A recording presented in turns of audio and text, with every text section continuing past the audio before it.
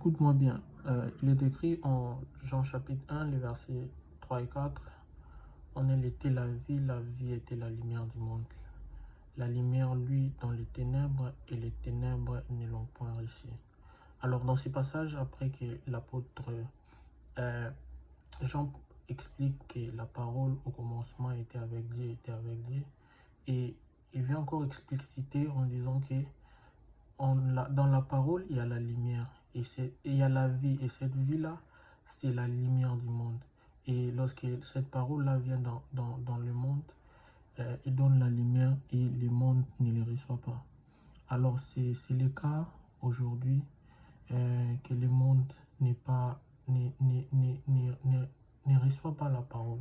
Alors que la chute d'Adam et Ève a amené les ténèbres dans les vies de personnes, nous ne pourrons que recevoir la parole de Dieu qui est Jésus-Christ afin d'être éclairés. Alors, la parole, c'est pas seulement la lumière, c'est la vie. Lorsque tu reçois la parole, lorsque tu la mets en pratique, ça produit de la vie en toi, ça produit des résultats. Là où il y avait la mort, ça produit la vie. Là où il y avait les ténèbres, ça produit la lumière. Là où il y avait les chaos ne va pas exister. Alors, mais les hommes ne reçoivent pas la parole. Tu es de quelle catégorie? De ceux qui reçoivent la parole ou ceux qui ne les reçoivent pas?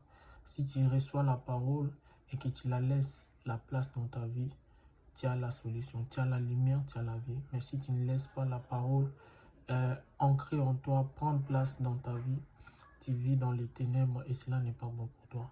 Et donc, j'aimerais t'exhorter à pouvoir laisser la lumière qui est la parole de Dieu d'entrer dans ta vie, d'éclairer ton chemin et de te montrer quoi suivre, quoi faire.